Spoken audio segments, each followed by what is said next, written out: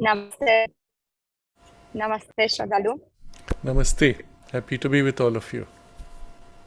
Welcome back to our continuing series, Evenings with Sraddhalu, 167 today. We will continue today with a new topic, a continuation of last time, healing childhood trauma.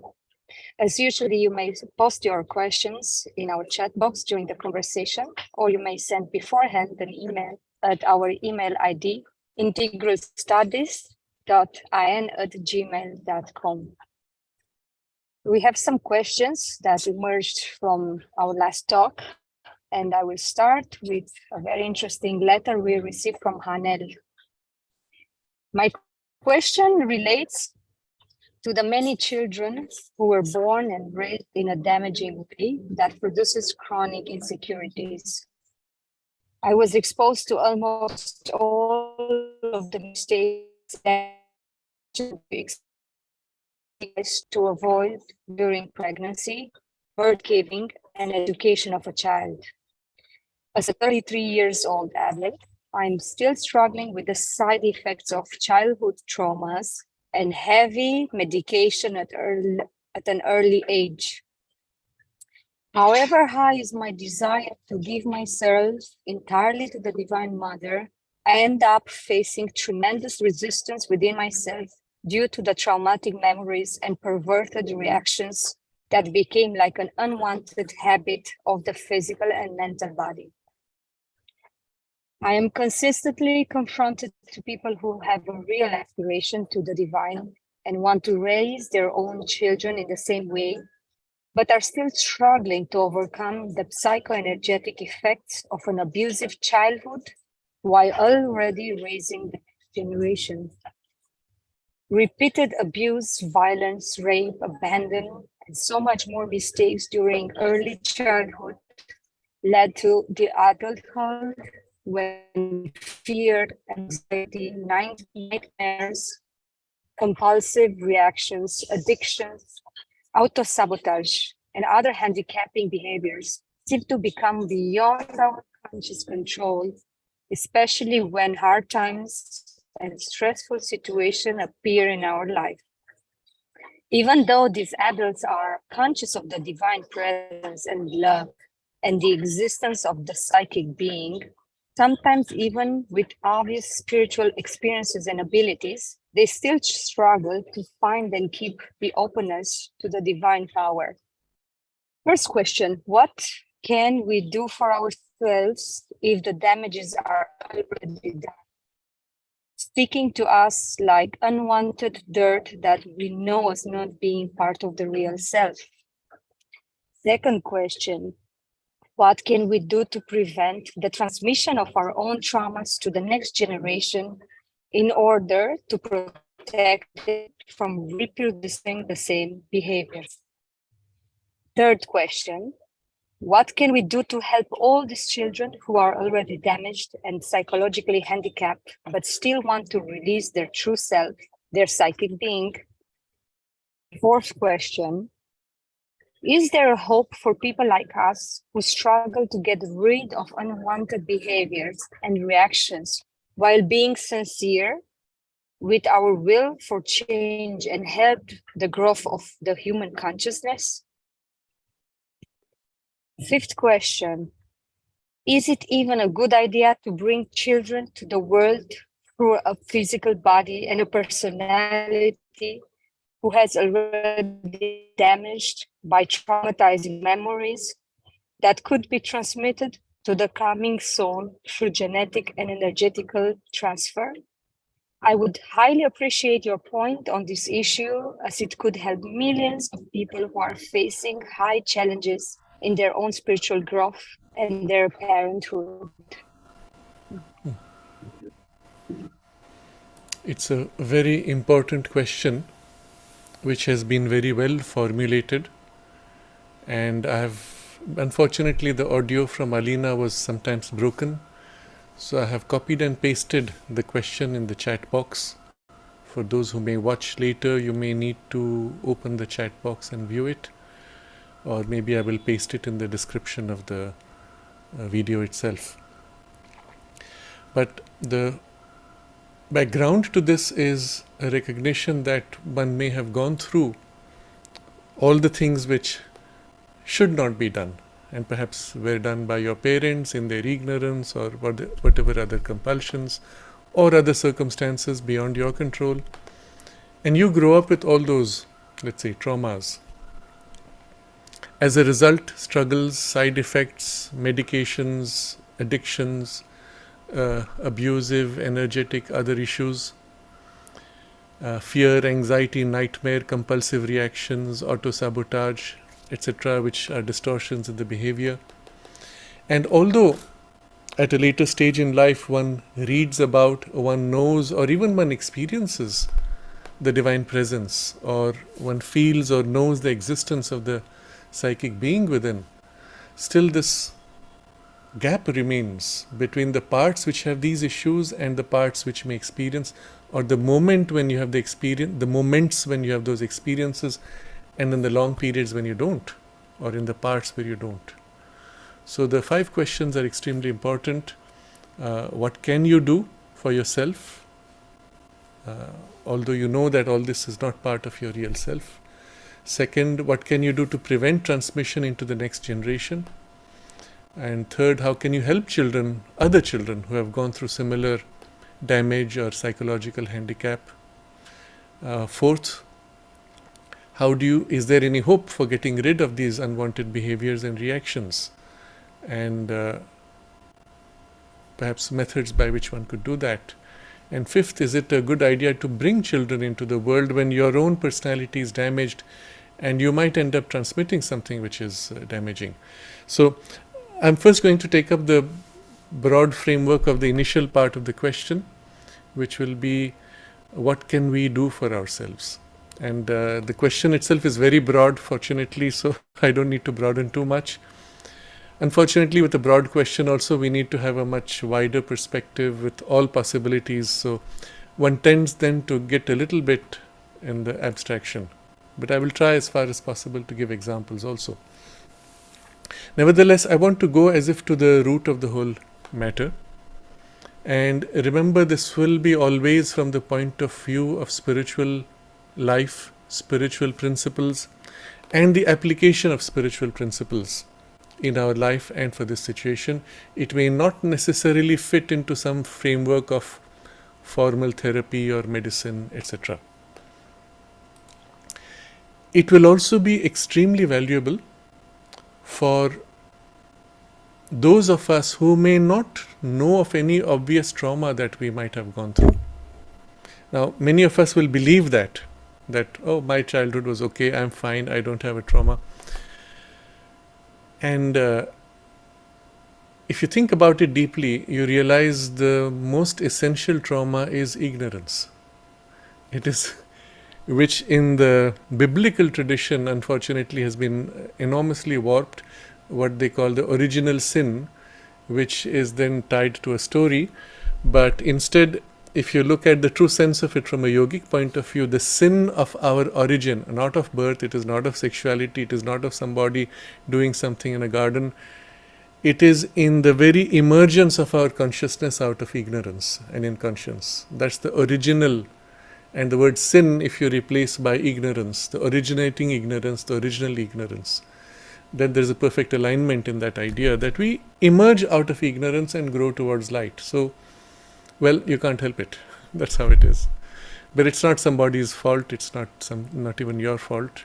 It's just how things are in the evolution. We emerge from darkness. So ignorance is the most essential trauma.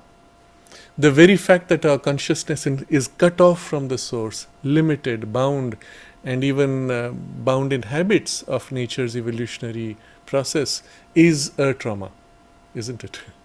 So from that point of view, the spiritual evolution is the most essential healing. In fact, the emergence into the spiritual consciousness is the healing, is the emergence from that original trauma. So, irrespective of whether you consider you have had a trauma or not, this is what we will discuss will be applicable to all. And in a sense, we will be following a roadmap that works for everybody and which is really the path and framework of our sadhana. But now applied to very specific kinds of difficulties and circumstances. In the question itself, we see a description of traumas which are quite explicit, although not elaborated. But the traumas are explicit. You know, you look back, yes, this happened, that happened, I was put under such and such duress, these experiences which left, even today when I think about it, I have palpitations or fears or reactions or angers, etc. So these I would call explicit traumas. You know it. But there are also what I will call, I'm not a trained therapist, so I don't know the vocabulary used. Maybe the concept exists, maybe it doesn't, I don't know. I would call it silent traumas. We are not even conscious that we underwent something which has fundamentally distorted some of our values, some element, part, tendency in our personality, and we don't even know that it's a trauma. And often the most intense, the most extreme tend to be like that, because we tend to very quickly cover up that thing which happened and normalize it or forget it. And sometimes it can be quite trivial from an adult point of view, but for a child it could still be traumatic. I remember somebody who was in the ashram school and for certain reason had to leave. And when he left, some of his collection had to be left behind, and he had made some newspaper cuttings and pasted them in a book, and when it was left behind, eventually it was discarded. And when I met him some 15 or 20 years later, he was still asking about that. Do you know what happened to that? And it was traumatic for him, that loss. Somehow it represented an effort or something precious to him lost, and it's as if for years he continued to struggle with that sense of loss. Now, from an adult point of view, it may seem so trivial. From within the child's experience, though, the thing can be very different. You may feel something precious which to an adult may mean nothing, and for you it may be so precious that the sudden removal of it creates immense insecurities. And so it may be a trauma which you may even have forgotten, but it has left an imprint. And later you find in adult life, you have difficulty letting go of things, even trivial things, although you know they don't value anything. But that habit or that fear or that trauma of having lost something precious is now warping your behavior in ways that you're not conscious. Or it can be something very casual and normal to an age. Let's say there is a famine, there is insufficient food, or food has to be distributed in a particular way because there is not enough, and so priority is given to X, one of your siblings, but not to you, and that stays in your mind. I'm somehow less important, I'm somehow I have to be subservient to whatever that relation was, and so on. And these can warp behavior all the way into adulthood, not realizing from where it comes from. Or a very subtle kind of silent trauma because it's part of a civilizational value or a cultural value or a religious lineage. You may not even realize it. Certain kinds of religious indoctrination, particularly those which involve indoctrination of fear or guilt or sin or punishment by God, all of these can be extremely traumatic. And often the reaction to that trauma might be a complete rejection of the religion or the spirituality or the viewing of spirituality itself from that frame of fear, guilt, sin, punishment, etc. These are all traumas which are deep rooted because they happened early on in life and because they touched something so essential, so deep to your sense of identity or your deeper values or the soul values. Now, this is just to give a background of the sense of traumas that we are considering everything. And in the way we will look at the resolution, we need not always know the cause. It's enough if you know what the pattern today is and you can start correcting. It's not necessary, as in certain kinds of therapy, they require you to go back and study your past or your parents' past and so on. It actually does not matter finally. What matters is what effect it has left on you and what can you do to reverse or liberate from that effect. The actual triggers even don't matter. And there are very rare cases of certain traumas which can even pass on across lives, especially if a life has been cut short by some injury or some unplanned death, unexpected death, or a betrayal of some deep kind. It can leave as if a wound which is on the psychic being's journey and aspiration, and that can carry into the next life in ways that again you may not be able to recognize, you may not be able to remember, and no therapy can extract. Even past life regression may or may not catch. The point is, you don't need to go to the source of it. What matters today is the imprint that remains, and the imprint that remains, particularly across lives, can be so subtle and non-specific that even a recall of that event may or may not matter.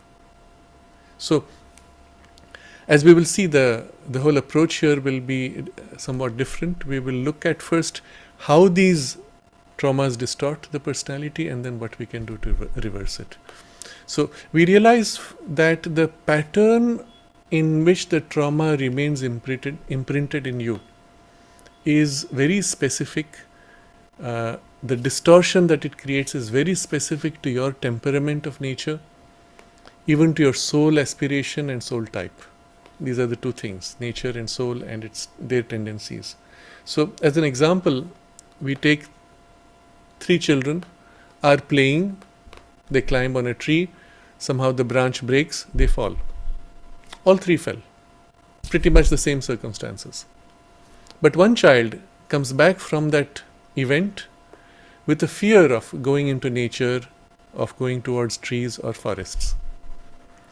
Another child comes away from that with a fear of heights.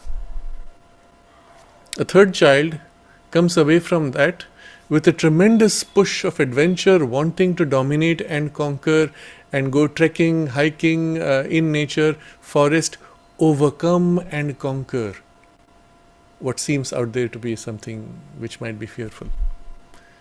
Now, the exact same circumstances producing completely 3 different responses is only explained by understanding how your internal, your nature, your soul, aspiration, etc., how they responded to this, or rather how this imprint, which part it hit or warped, or also how the inner being used it to push forward a certain aspect of its agenda.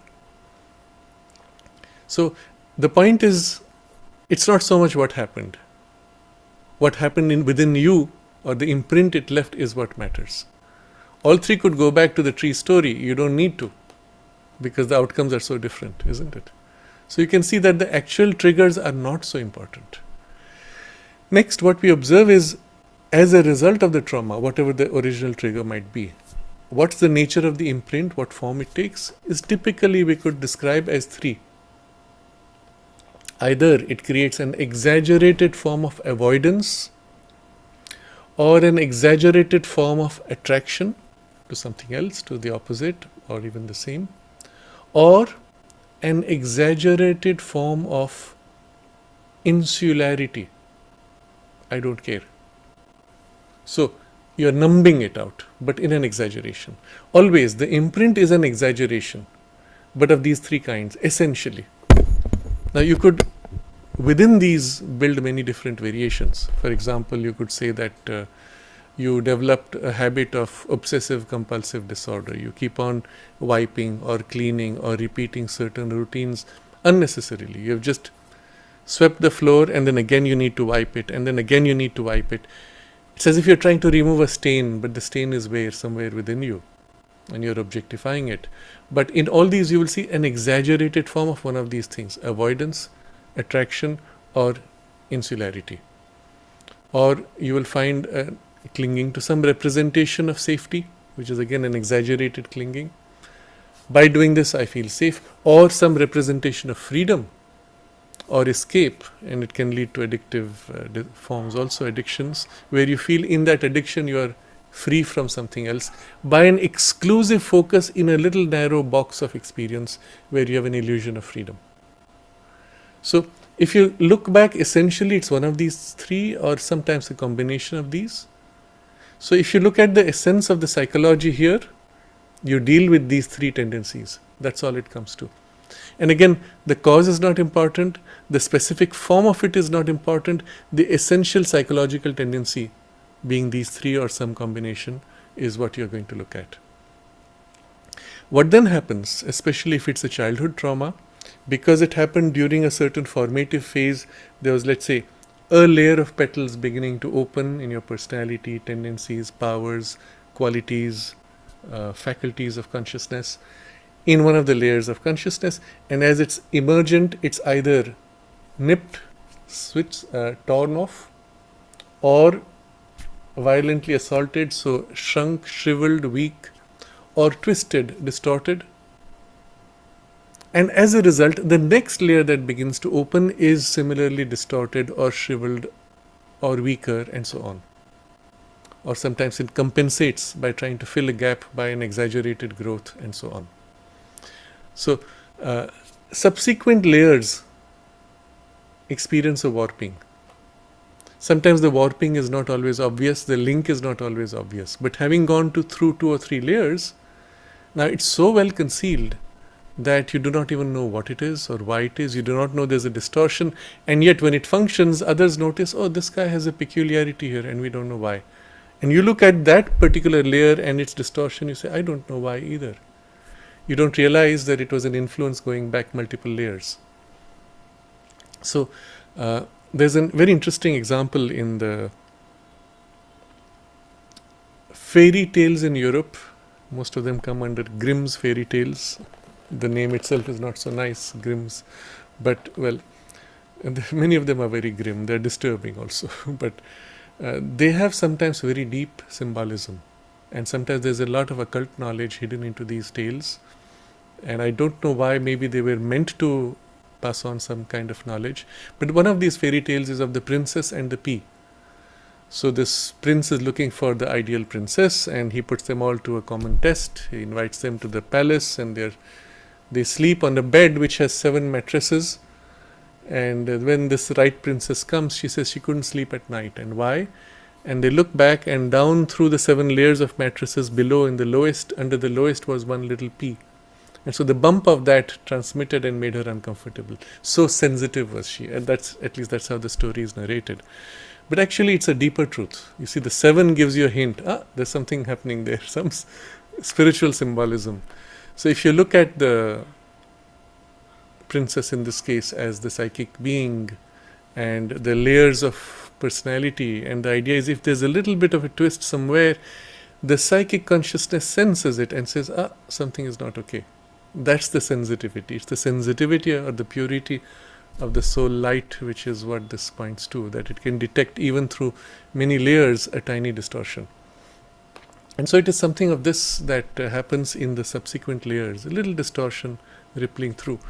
And again, the hint obviously comes with the psychic, which can detect, but not only detect, but also set right. Or what can happen is a trauma which formed even in late life, which is initially at the surface because of its disturbance or the attempt to avoid or erase the memory of it, sinks rapidly and goes down into the subconscious. And there it stays as a knot, and then through the layers it ripples and distorts. But irrespective how it happened, this is what it is now. You have layers of distortion. The consequence from this, because you have a distortion in your personality, is that you tend to repeat. Sometimes, especially if something has happened to you in childhood, you don't know what it's like. You don't have a good example of how things should have been. So whatever happened to you tends to be replicated, tends to be passed on. If you had a particularly severe childhood where people around you were very harsh, then you feel that, well, that's how you are supposed to be, that's how parents are supposed to be, and one tends to replicate that with one's own children or with others' children, because that's the only model that you know. And you'll see this interesting pattern. Often children who come from broken families tend to replicate similar patterns. So you see the replication of a trauma or an abuse or a warped behavior on others around you or on your own children, and then that tends to perpetuate as a pattern in a family. Common to all these, I'm describing just how the whole thing works, how the trauma works. Common to all these is persistence by habit. Now, whether the habit is within you and within your lifetime, through layers, through the years, through stages of your development, or whether it's even a habit within a lineage of a family, which also can happen. Because in this whole family, you will find a certain tendency of unhappiness. And why? And you'll see there's a pattern there. They're all passing on this kind of either stress or distortion of some kind, or even other unhealthy tendencies of addictions, which also could be transmitted sometimes by just the consciousness and even in the heredity. So still, heredity is habit. It's just in a longer term and by a mechanism which is much more material.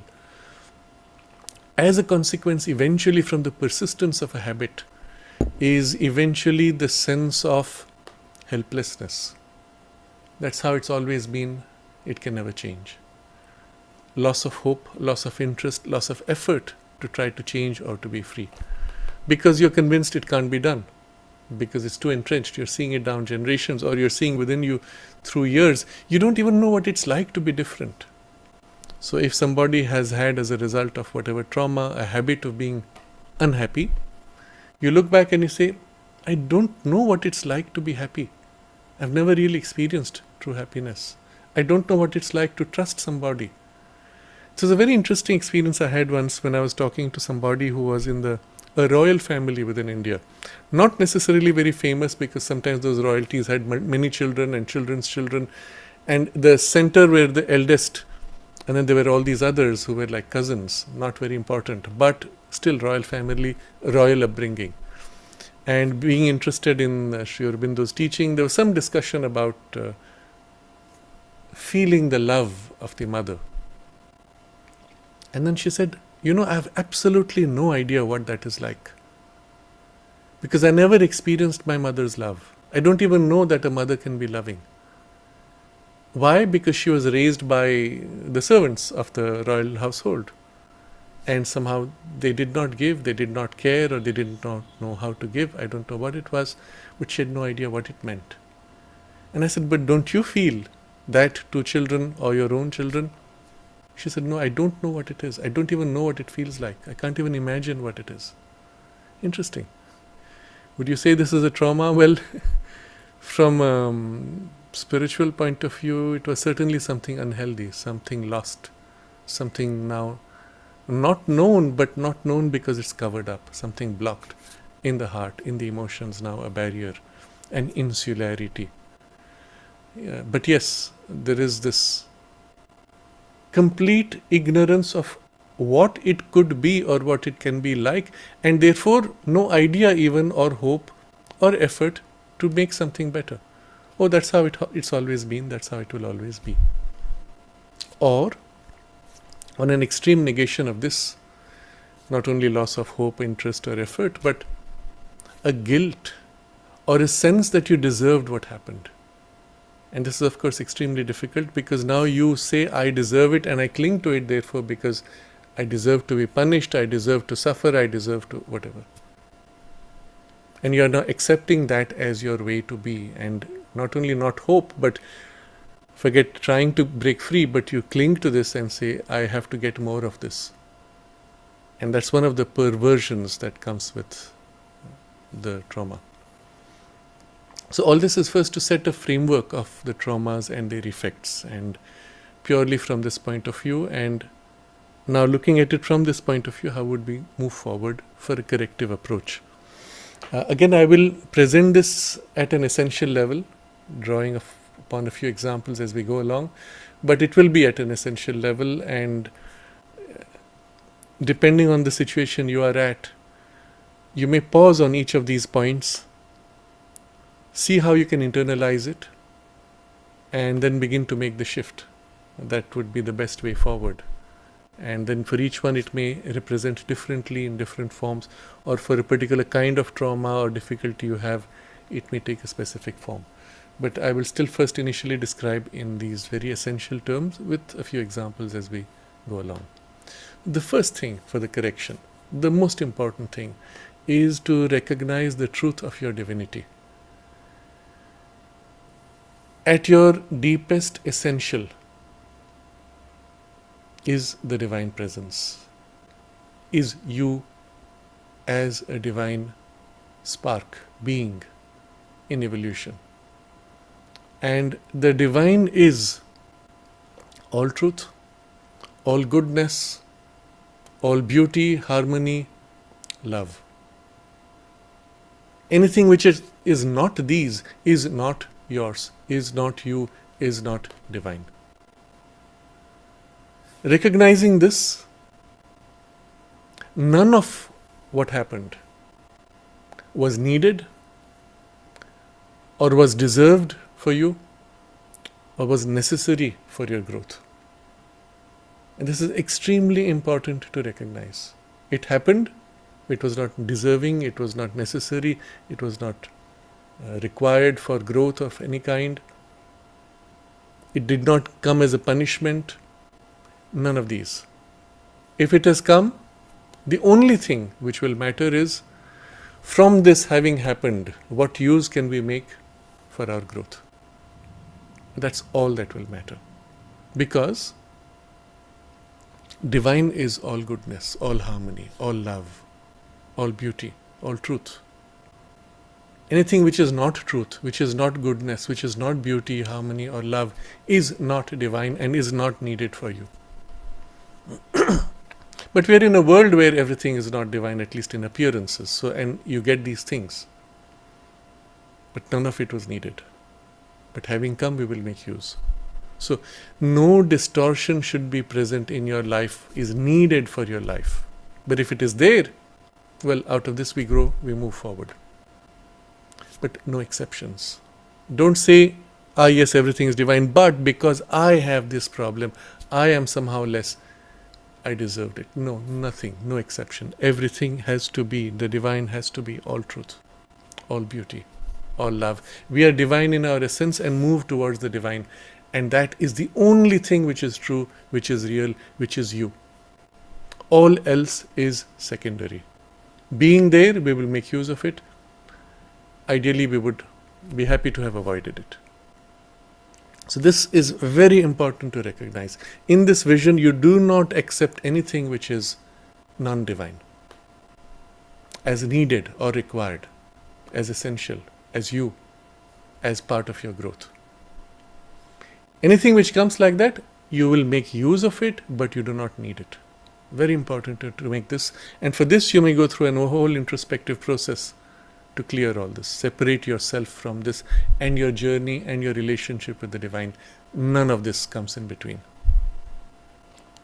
The second important idea, step before we begin the corrective process, is that you take small steps in this journey every day. Since you're going from this to that, which is all beauty, all love, all truth, all harmony, every step, every day will be one tiny step, and they are tiny steps. You don't expect to make one giant leap. And if you are happy with one little step, wonderful. That's all you need. You don't need to do more. You do not put a burden on yourself to have to change overnight, to be able to overcome, to be able to become perfect. None of that. It's not possible. It's not reasonable. And it's not your concern. If you're carried in a giant leap, that is because she carried you. But on your part, you be satisfied with very small steps, but steadily, every day. So remember, we are in a domain of ignorance, and therefore, which ignorance is fragmentation of truth, separation from the divine, being cut off into a narrow piece. In the domain of ignorance, we begin somewhere. It doesn't matter where. And even if the beginning had a traumatic element, doesn't matter. What matters is from there we take small steps to the divine each day. So this will be our perspective. There is a very famous prayer from the yoga tradition most of you would know it, from the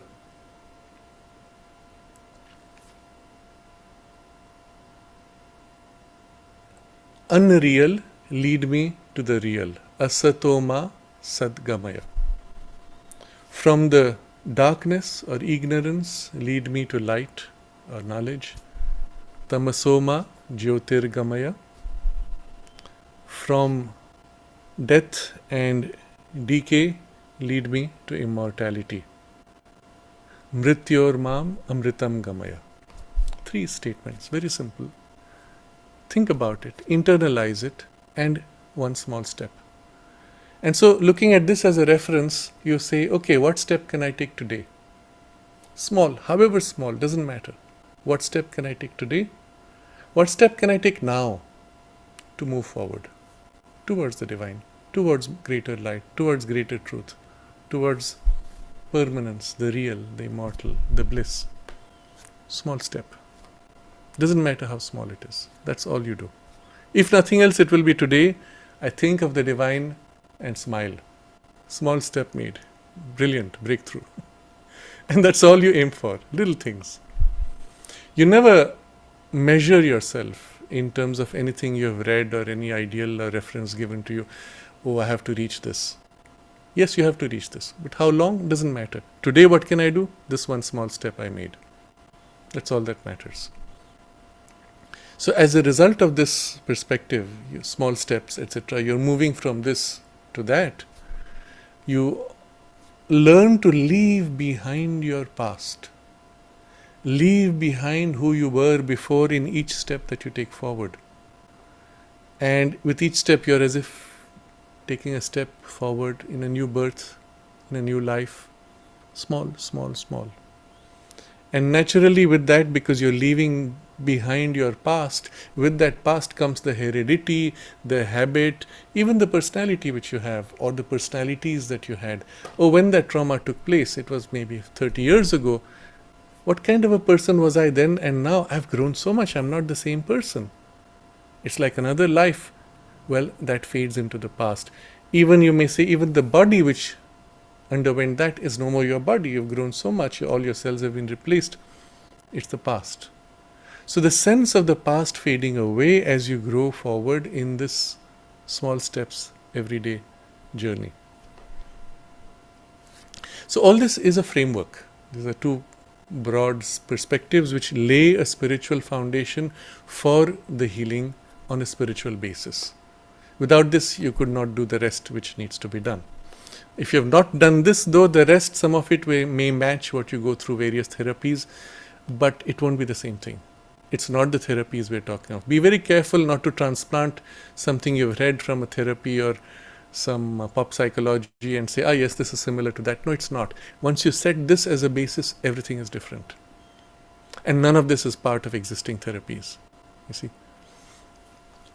So, the next step now, you observe in yourself there is this pattern. I will use the word knot or a pattern. Here's a pattern, here's a knot. It's popping up when certain things happen. Recognize, observe and recognize knots, behavior patterns. And it's happening within you, but it's not you. It's a part. It's a little piece. And even if you have a deeper perception, you say it tends to be mostly in the outer layers.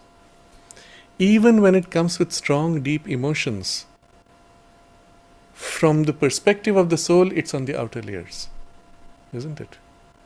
The deepest that we are able to go in a typical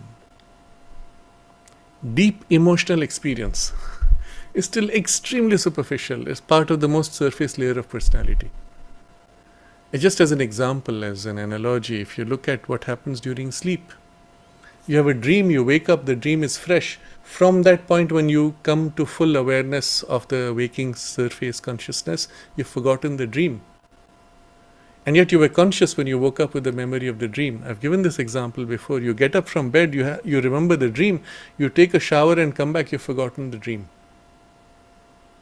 So when you got up and you were standing with the memory of the dream, you were quite awake, you were part of the outer surface. but already you lost that. That just shows you in the surface personality are so many layers, and this is still the very superficial part of you. And the bulk of our traumas are held in these layers. However deep they may seem emotionally, because it feels so deep inside in the emotions, actually it's part of the surface layers of personality, the bulk of it. Very rarely, as I said, the trauma of the soul in its growth may leave an imprint, but those are very rare. Anything which comes from an event of this life is assumed in these surface layers, and therefore from the perspective of the soul, and even from the perspective of your entirety of personality, extremely superficial and therefore easy to set right. This you must convince yourself of the truth of it. From the soul's point of view, very easy to set right. But right now you're just becoming aware of the knots. So I said recognize these knots, behavior patterns, as little pieces in your layers of your outer nature. It's not even truly part of your inner nature, antahkarana. Occasionally those knots may have kind of drifted inward, as they say, subconscious, but even that is very close to the surface. So from this point of view, you recognize, understand, this is not me, does not belong to me, I do not deserve it, and it was not needed. This separation is very important.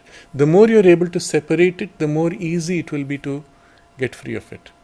As long as you say, oh, I deserved it, I needed it, it was important for me, it's my problem, it's the problem I've been carrying for the last 30 years, you have, so to say, tied yourself to the baggage of the past. By clinging to it, by considering it yours and even as necessary for you. By making this separation, and over a few days, over a few weeks, the separation will become more and more distinct. You'll find it will even begin to fizzle out, fade out, or drop off of its own. But if there's a knot, if there's a tendency, a persistence of the habit pattern, well, gradually the knot we will undo or dissolve. We'll come to how to do that. But first, in this awareness, you bring it and then as if separate it. It's there, okay.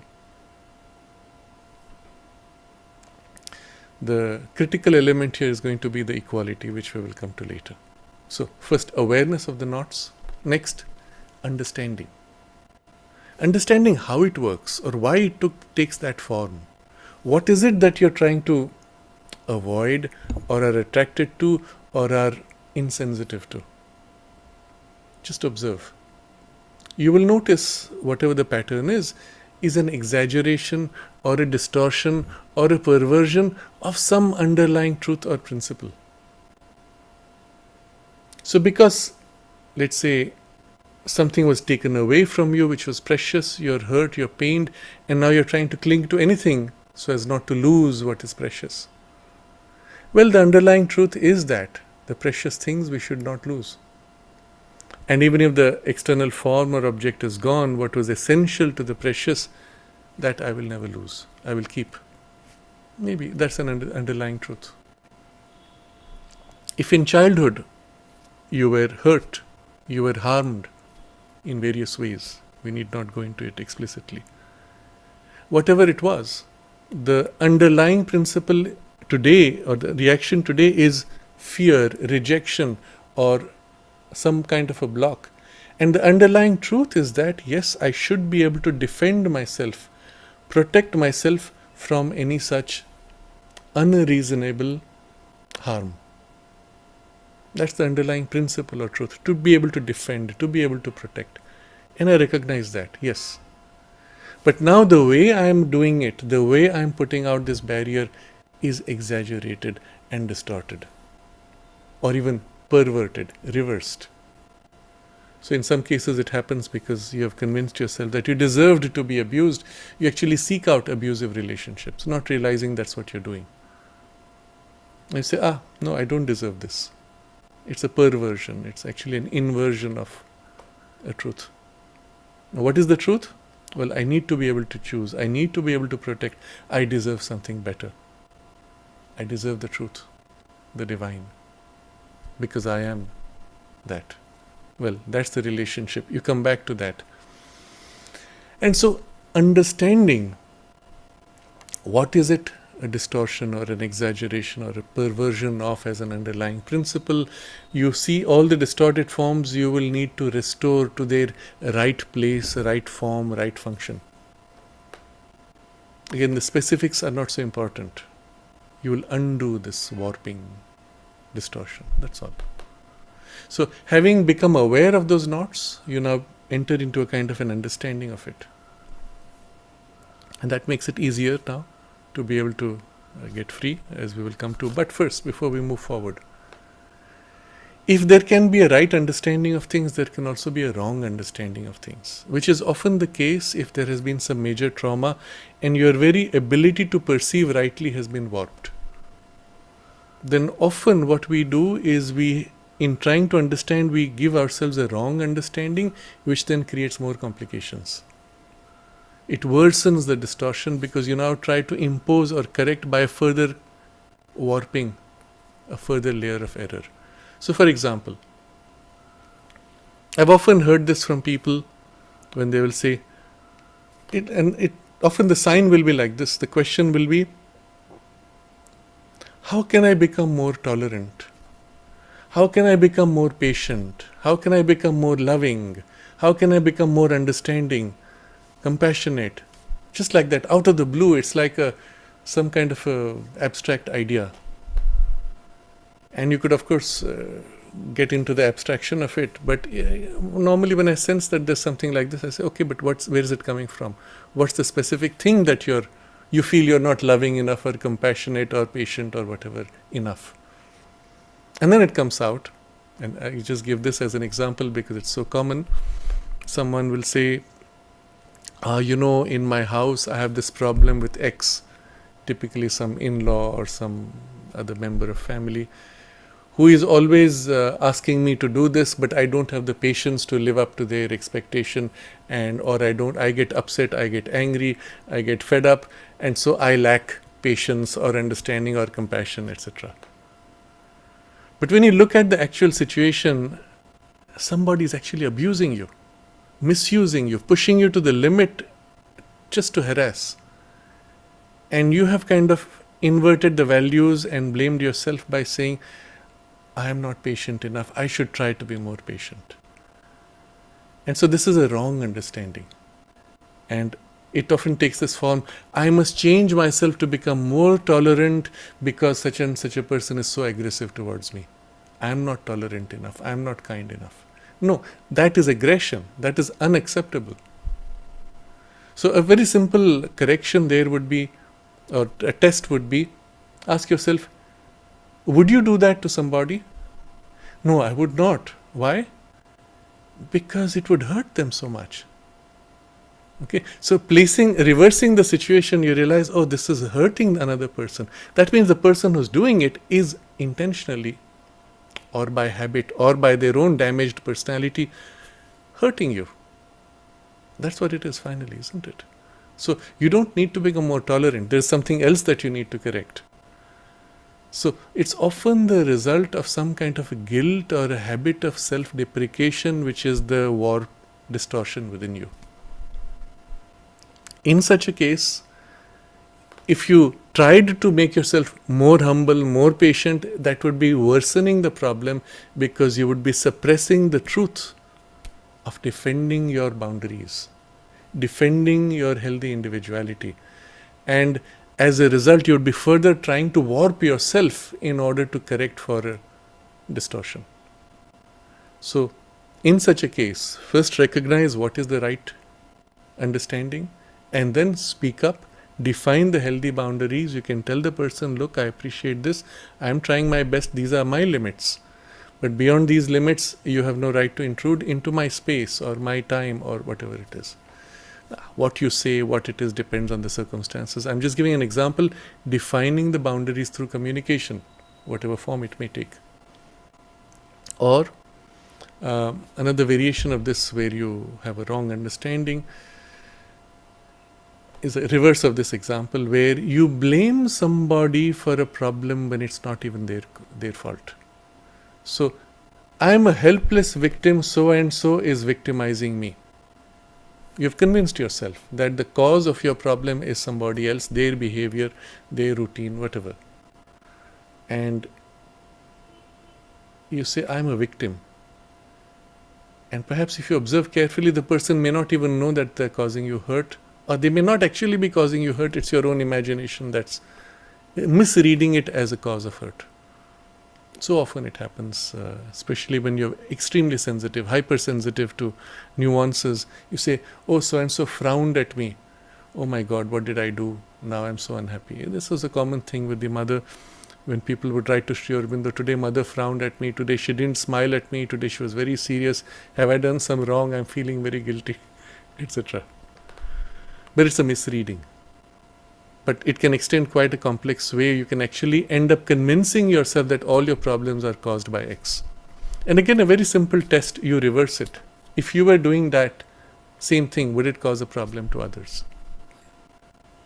And I mean here by same thing means exactly in the external form. The person is cooking food every day and there's a smell that comes and you say, I'm so miserable because of that, for example.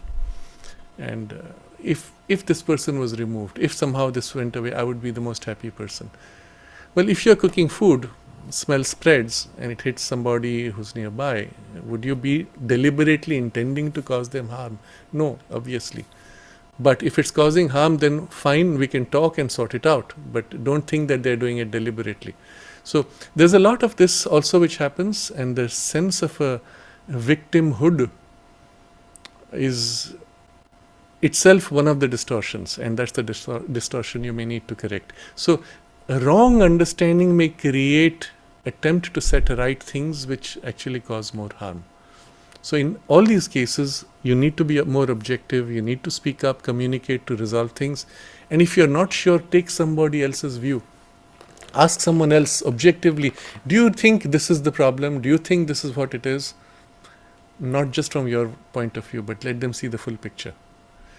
I remember during my school years, as a student, I was one of those super sensitive, hypersensitive, and I actually consider some of my childhood was traumatic with the teachers.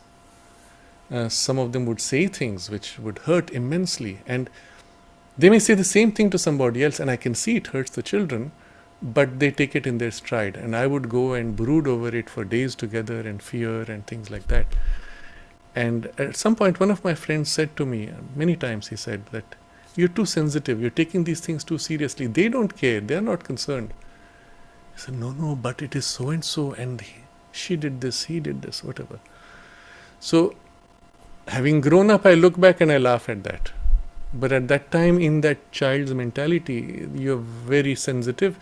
Anything can seem to be trauma, but it's not intended by the other side. So you need to take an objective view and not end up into a sort of a victim mode or role. Now, getting into right understanding, not a wrong understanding, is part of the step. We now distinguish the cause from the effect. So, observe this happened, which has caused in me or provoked in me this kind of response. That trauma, that abuse, that harsh word, that injury led to this pattern today. Observe the two and separate them. The cause is over, it's gone into the past. If you are thinking about it and brooding on it, you are recreating it, you are re-triggering it. The cause is alive to you in the present because you brought it into the present. You have to be able to separate the rhythm of your, let's say, reaction, trauma reaction or not. Yes, that's in the present. But the cause is gone.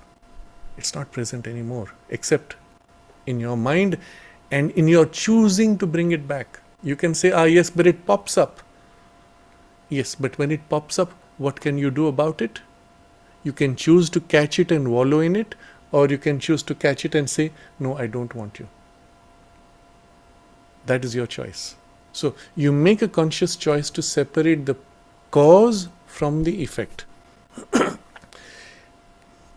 become conscious that the cause belongs in the past and has no place in your present or your future. And what is in the past eventually has to fade and will be forgotten, as with all past lives, leaving only the content of the learning experience and the growth you have had from it. That's all you are going to be concerned with. So consciously let it fade out. Yes, it happened. Yes, it hurt me. Yes, the hurt is still there. But the trigger for the hurt, it's not here. It's gone. Let it go. If not, eventually nature will snatch it away from you because you can't free yourself from it. How does she do that? By knocking you out from this body and making you take birth in another body where you have no more this memory. You see? Should you have to wait to have to take another birth to be free from the memory of this trauma? No, I would rather get on with that next birth's journey right here now in this life, isn't it? So you make a choice. You make a choice to let go of the causes. Yes, occasionally the causes are still present. In that case, you have to deal with it also. But in most cases of such trauma, looking back, you can no more say that that thing is still there with you. And so let it fade out. You make a choice to let it fade out. You make a choice to not brood on it. This is very contrary to many of the forms of psychotherapy today being used, where they literally make you go back into it and somehow drag it out and even exaggerate it and then blame everything on that. So it's sometimes painful to see that kind of psychotherapy where they will say, oh, your parents did this to you, therefore today you are an unhappy person, therefore today you have all these problems. And you didn't even know that. They made you go back and dug out things which you had forgotten and say, now you see they are the cause of it. No, it's not like that. That's why it's not important to go back to the cause. Where the cause is there and is continuing to provoke, you have to let it fade out and let it go. Focus now on what's left. Only a habit of repetition of these symptoms. And then you can dissolve it. Do not re-trigger it by recalling the cause which is no more present.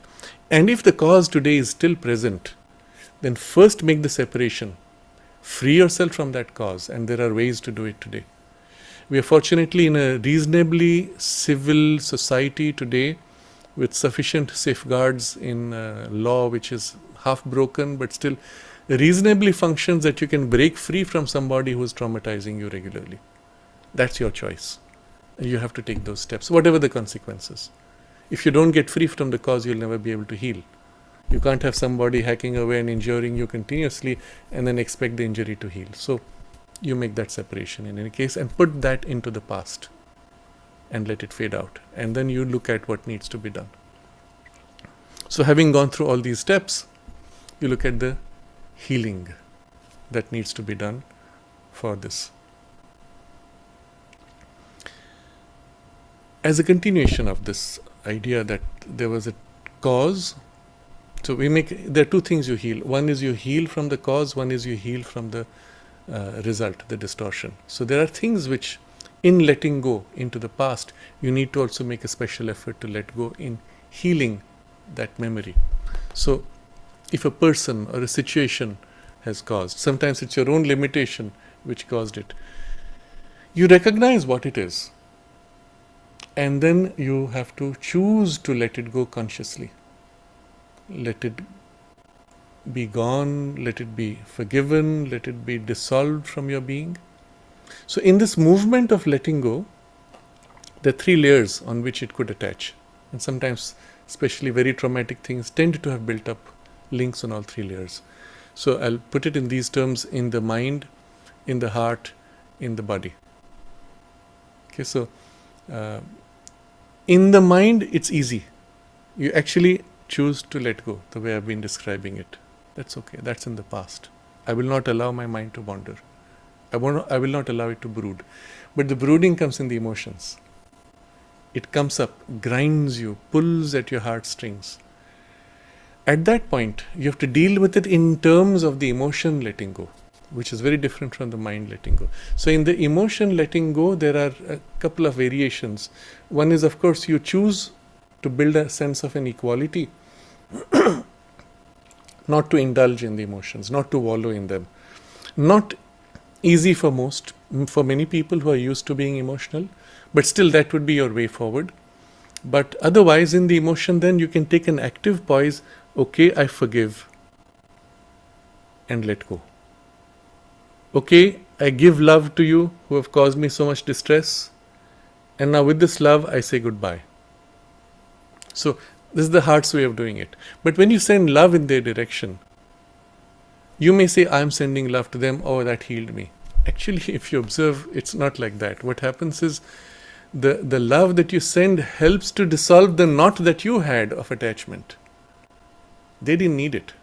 They don't even know that they've caused you trauma, perhaps, or if they did, they don't care. You sending love does not change them. It dissolves the knot by which you have tied yourself emotionally, energetically. So understand how the method works. Don't think that sending love unendingly to them is going to change them. Your goal is not to change them.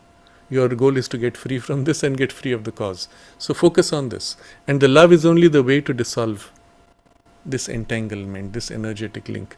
So, and you don't obsessively chase on the love also. The goal of the love is to dissolve, to let go and be done, and that's it, done. Don't come back. It's over. You're gone into my past. From the emotions, from the heart. And then remains in the body. The body's way of letting go is different. It's a dissolution of the physical memory. Literally, for the body to let go is to feel as if I am no more the same person. So it's a kind of a new birth, a feeling of having taken birth. My body is different, it's no more the same person, and I dissolve the physical memory of it. Now, generally, left to itself, the body will do that in time. You don't have to do much. But now you want to accelerate it. So there in the body consciousness, if you can actually reach into the memory of that contact, the feeling, and consciously dissolve it and say, enough, let it go. Let it sink into the past or dissolve into the universe. It's no more mine. Gone, dissolved. Literally to the body, the feeling is one of having forgotten it. I've shared before an experience I had where I had described an injury, a cut in my arm, which was there in kindergarten, and in the late 30s that mark was still there. It was the wound, the forget the term, when it heals, the scar mark. And I said, but the body has renewed itself, it's grown, all the muscle and tissue and cells are replaced. Why is that there still? And I came to the conclusion it was because something in the body remembered it. So I made a conscious effort to dissolve in this way. Just put an intention, dissolve, forget it. The body is no more the same, let it fade out. And then a couple of years down, one day I just remembered, oh, what happened to that? Where is it? And I looked at both my arms, and I could not find that scar mark. And I couldn't remember which arm it was, interestingly. That's very interesting. The body had forgotten, and so it couldn't recall which arm it was. And that's when the scar vanished. Because the new tissue replaced, that's it. Otherwise, it was the memory of the trauma. As the new cells were growing, they were forming around the memory of the trauma, creating the scar tissue. That's what happens to us when we say, trauma of my childhood is still with me. Well, your personality is kind of rebuilding itself around this knot. And if you don't dissolve that knot, well, it's going to keep persisting in this way. So in the physical consciousness, this dissolution has to be done in the physical memory of it. If you have done the first two steps of letting go in the mind, letting go in the heart, this becomes very easy. Because it's natural for the body to let things go into the past. Because it keeps rebuilding itself automatically. If you have not done it in the first two, then it persists here. And not because of the fault of the body, fault of the mind or emotions. So be conscious about this and work consciously to let go. The cause itself has to be let go. You'll notice something interesting. People who forget things of the past, they tend to be happier. Used to be a bit full of, I don't know, not very happy, let's say, to put it mildly. They always had issues. And then with age, something happened. Either there was some degeneration in the physical memory, physical brain cells. Somehow the memories of the past faded and the person becomes childlike. and always smiling and happy. And if you ask them things about the past, they'll say, I don't remember now, it's all gone. And they're so happy, childlike, freedom, innocence, because they are no more tied to that past. This you do now consciously, without needing to degenerate or lose your brain cells. On the contrary, you will see those who live in the past, forgetting the present, not being able to enjoy the present, tend to be more unhappy. Unless, of course, the thing they're remembering from the past is one of those soul-nourishing experiences, but that's rare. Mostly if you're brooding on the past, you just become this very cantankerous, unhappy, miserable person, and you make others miserable around you. So this I call healing of the cause, the letting go of the cause. Now what's left though, when the past is gone, the trigger is gone, is this distortion habit pattern. You observe it's a habit. How do you change a habit? Well, you break the habit first, isn't it? So I'll use several words. You break the habit, you withhold the instinct for the habit to form, you untwist the distortion in the habit and try to form a new rhythm, reshape the habit, you replace it by some other habit which is more positive, more healthy, more regenerative. You dissolve or remove the pattern of habit. Now, there are all slight variations on what is done in getting free of that habit pattern, but essentially you recognize it's a habit, a tendency to repeat that you're dealing with. Here, your effort will be important, essential in the beginning, but the result will not depend on your effort, but you'll still need to make the effort. The result will depend on something else intervening, as we will see shortly, but your effort is needed for that intervention to be effective. This is important to recognize. So it's like you're saying, you're going to start digging a hole to dig a well, to get to the water. But you don't have to be very strong to do it. If you dig the hole just enough that now, let's say, the rainwater can flow in and help and complete the digging. You've created a little puddle into which something else can flow and work. That's good enough. So, but still your effort was needed to create that little puddle into which something could flow and work. And this is what I want to highlight. You should make that effort. Do not fear, do not expect you to be capable of great efforts. You need only a small effort. So remember, you're changing a habit now. In order to break a habit, you must first withhold, block, prevent its natural recurrence. What do you do there? Let's say now each time that memory comes, I get angry, or I experience fear, I experience distress, my pulse rate goes up, I become reactive, whatever. So now that thing comes, the memory comes or the trigger comes, and I know this is going to happen. Instead of indulging, I restrain the impulse, hold back.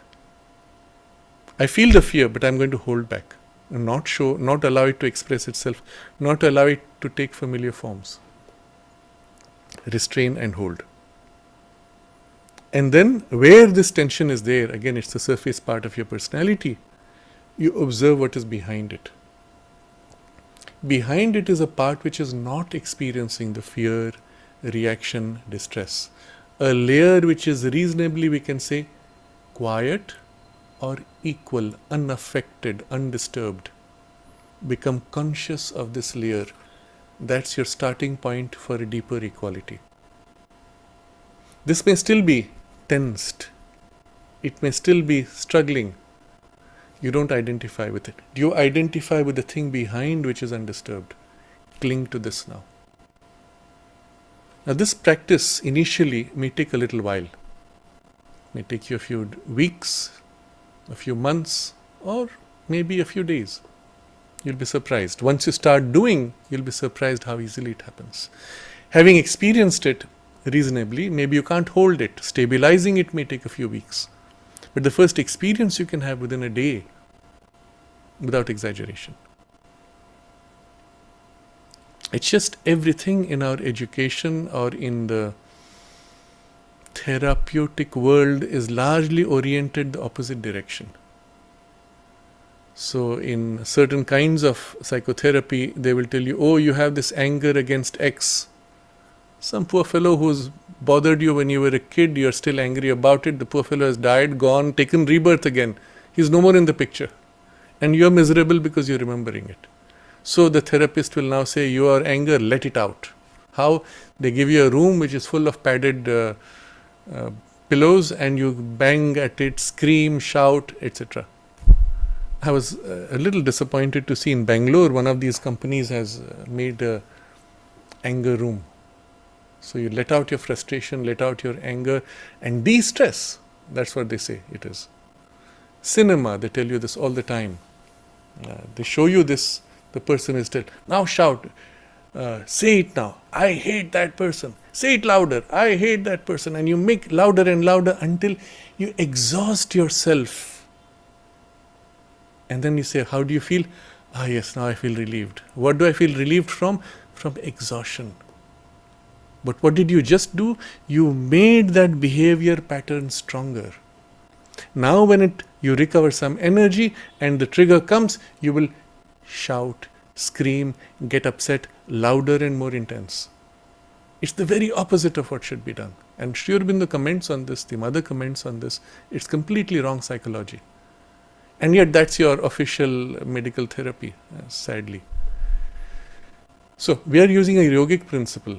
Restrain the impulse. You want to break the habit. What do? Withhold the form. Even though the tension, the anger, the disturbance may be there, but then observe it's there in a layer, and there's a layer behind where it is not there. Become conscious of this. Shift to this, and then cling to this. So the first shift will be easy. As I said, you can do it in a day. Stabilizing this may take a few days. Again, it depends on how much practice you have with a few yogic practices. If you're somewhat used to it, you'll find very quickly, within days, you can find this poise of equality. Now, initially, the equality will be more in the mind. Your mind steps back from these emotions. Great. That's your starting point. As you hold the mind equality, you'll find something in your emotions is still distressed, but it's superficial. And from your mind, it's as if you become quiet and then feel in the emotions the equivalent layer of quietness, which is undisturbed. So it's as if the poise of mental equality, so to say, extends, infuses or finds its equivalent grade in the emotional part. Until literally you come to a layer which is just behind this disturbance. Observe. Hold this poise. Stay in it. Practice staying in that poise even when you don't have the traumatic response. So the key with training of equality, you don't try to build it when you get the trauma. You try to build it when you don't have the trauma, when it's easy to do. And then when the trauma comes, you can recover the equality easily because you've already practiced it. And then you hold, you stay. Let the disturbance pass. And you're equal. You, in that layer, were unaffected. The disturbance reaction rose and fell like a wave. That's it. If you at that point start analyzing, why is this wave coming? What's it doing? Oh my God, it's happening. This is happening now. You fall into identification. You don't do that. You hold the equality. Oh, there's this part which is not troubled. Oh, that wave is disturbing, but this is not troubled. This is not troubled. This is so cool. This is quiet. This is relaxed, free. You focus on this, not on that. And you notice something fascinating which will happen very quickly. The more you focus on this, the less that has energy and it fades.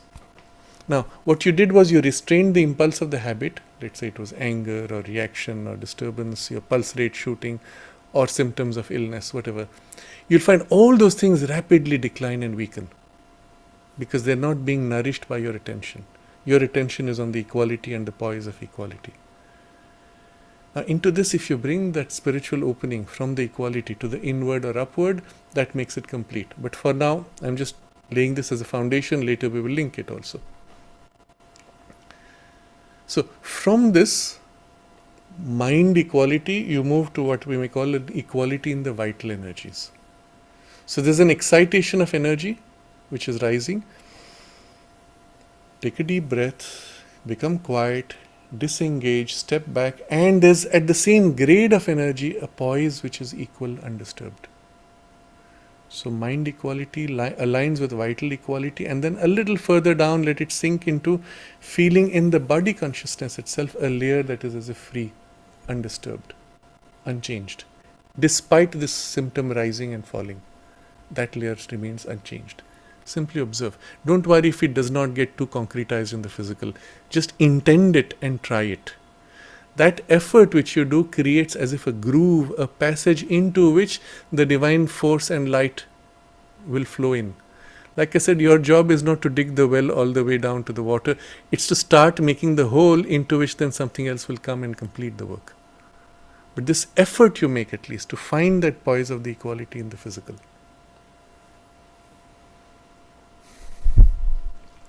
If you've got to this point, you feel as if like a wide, multi-layered backdrop of something which is undisturbed, even while the rest of you is disturbed. Stay in this, cling to this. This is you, that's not you. That's a wave, that's a disturbance, reaction. It'll go away. And your goal is to get it free of it. So this is you. Cling to this, identify with it. And then if you can, depending on how far you are prepared to go in this, deepen the equality, lean back into it until it becomes as if a deep, wide equality. As if this equality leans back all the way into the silence and stillness of the self, which is as vast as the universe or beyond the universe. So you use this as an entry point to lean back deeper, wider, calmer, solid, deep, intense, self, peace. Conceive of it, but feel it. So, however much you can do this or not, it doesn't matter, but this will be a great help if you can take it deeper. But from this poise of equality, that wave rising, falling, you reject as not me and not mine. What is me? What is mine? This. So now you spend a few days, a few weeks, doesn't matter how long, till this becomes stable enough. And automatically, without your effort, now the influence of this equality will begin to fill and replace. What is me? This. And this me begins to flow and replace. That's it. You focus on deepening what is you and yours, ignoring what is not you and not yours. The rest automatically begins to happen. So, first step I said was block, withhold, lean back into equality. Make that you, your base. Next, you will untwist or replace. Now, depending on the kind of knot it is, just the equality may be enough. If, however, there is some kind of a twisting, some kind of a distortion, the equality has freed you, but now you need to kind of correct it. You do need a response, but the response which you had was maybe some petty jealousy or some pattern which was a warping. I don't want that. What do I want? When you become very quiet, assuming a little bit of the equality is there, you don't need to have it perfect, just a little bit. You become quiet and you say, what would I want to have as a response? What am I truly? What would I feel like happy to flow to become? You feel, and then something in you says, yeah, I just want to say thanks, that's it.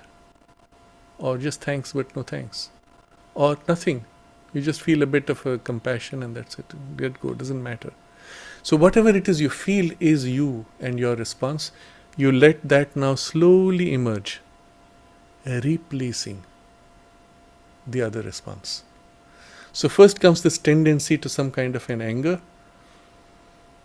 And then I said, no, but you know what? It doesn't matter. I really don't care. I don't even feel pity. It just doesn't matter. So what goes from you? This would align closer to what the Buddhist would call a metta. It's not a love. It's more like a compassion. You say, oh, poor fellow. What a mess he's in. That's it. Doesn't matter. Over. Done. Or, depending on your nature, depending on the circumstance, depending on the relationship, you may feel even a deeper quality of compassion which tends towards a deeper, even impersonal love. So, oh, poor fellow, how much he's suffering. I wish he could be free of it. It's actually a deeper quality of the metta, and which tends towards what we would call a love and the divine love. So each time when this happens, you make a conscious effort to poise yourself deeper or higher within you, more truly you. And the response you want emerges from that slightly deeper, slightly higher, slightly more truly you poise. And you let it happen. And that's it. But how much time will you give to it? Oh, just enough that this goes through, and that's it. The rest doesn't matter. I need to get on with my life. It doesn't interest me anymore. This emerging thing will be coming from something which is more truly you. Replacing that which was a reaction, not you. And this is non-reaction, true action, or more true action. And as a result, you find the old habit is untwisted, or it fades and is replaced by the new, which is true and fills and replaces under the influence of what is you, truly you, more truly you. So this would be the second stage of this change. There's a third part now. Beyond this, you could actually stop and say, okay, I'm reasonably healed, I can get on with my life. But beyond this, we want to complete. And especially for the more extreme kinds of trauma, the third step will be needed as a completion of the integration in traumas which are very deep rooted or which are extremely, which touch something of the core of the psychic aspiration and evolution. And often this happens with children who have been abused and so on. There the gaps, the separations are harsher. So while you may come to this point, you've still not integrated that part with the center. And so the third stage will be this integration of the parts with your essential center. What you start doing now is anything that happens, including these responses and your new responses, choices you make, the relationships you have, the memory of that and the circumstances around it, everything, you're now start placing in a relation to a deeper center within you, ideally the psychic being. But if not the psychic, the center of your deepest and highest aspiration, to the extent you can be conscious of it. Relate to this, relate to this, relate to this, everything, not just that trauma issue. You don't give exaggerated importance to the trauma issue. That's one of all the parts of your life and your nature. Link, relate, relate. Any decision you have to make, you relate. Come to this center. From this poise, what feels right as a decision. From this poise, what is the right action as it feels. Maybe you make mistakes. Maybe you have mixtures. Don't worry. Just the reference starts a purifying effect, because it puts those parts in relation to a truer center, and the influence from the truer center now begins to extend into these parts and begins to transmute them. The transmuting power within you is essentially the psychic influence. It entering anything softens, dissolves, purifies, renders true, sets right any twist or distortion, reveals what is mixed, what is distorted, and sets right. It is the touchstone, the philosopher's stone, the thing which is used to test what is true, what is pure, but also to transform base metal into gold. That's the true sense of it, the psychic being, the psychic influence. So by putting things in relation to this, or its most obviously reachable as center of aspiration, you've started that process. You bring that in relation to this, but as a result, this begins to extend and influence. Now this influence will begin to take stronger poise and precedence.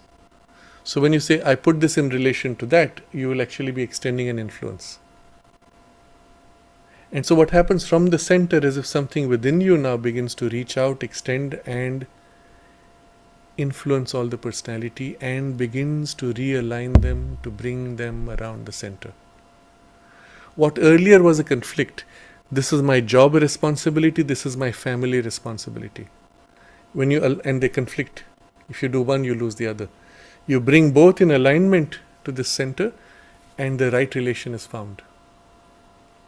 And interestingly, the right relation is not a static relation. It changes sometimes day to day. Today, the work demands more attention. Today, the family demands more attention. But in this influence, you will find they are no more contradictory, they are no more pulling you apart. They are actually two facets of a single relation with the world, or single movement of self-expression. And you will not feel them anymore conflicting. And then you know that both these tendencies have been aligned, or these roles have been aligned to the psychic influence. It's very interesting to observe how that happens. And so as this influence comes, literally it puts things into harmony, aligns them naturally, and what was opposing, what was conflicting, what was tight knot begins to melt under its influence. And I will use the word love, the psychic love. And it's not an emotional love. It's this very quiet, still, deep, dissolving, purifying, divine influence. Perhaps from the deepest point of view, this would be the true sense of the Buddhist concept of metta, and therefore you avoid the word love because it's not an emotional love. But not everyone knows it in that way. Mostly it is a kind of a more superficial, a moralistic compassion that people identify that with. But this would be the deeper sense of it. So there is this influence which grows, fills, aligns, heals. And once this starts, you'll find very quickly the memory of the trauma, the disturbance and the pattern that comes from the trauma and reactions all begin to fizzle out rapidly. And sometimes even when the thing comes, you align more with the presence within, and that thing fades out or becomes almost irrelevant. If you have come to this point already where you feel this as a living influence now, one of the things which can happen quite easily at that point is you concentrate on this presence and center yourself in it more and more.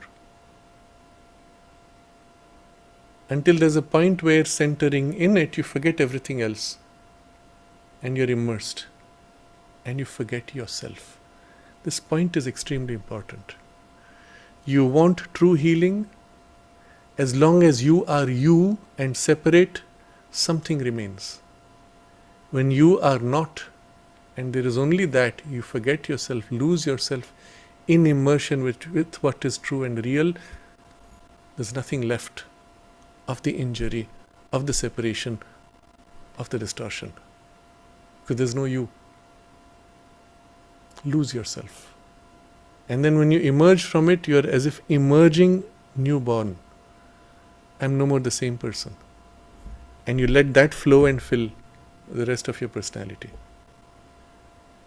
If you bring it to this point, there is nothing which will remain from the past. All will be healed entirely with no scar.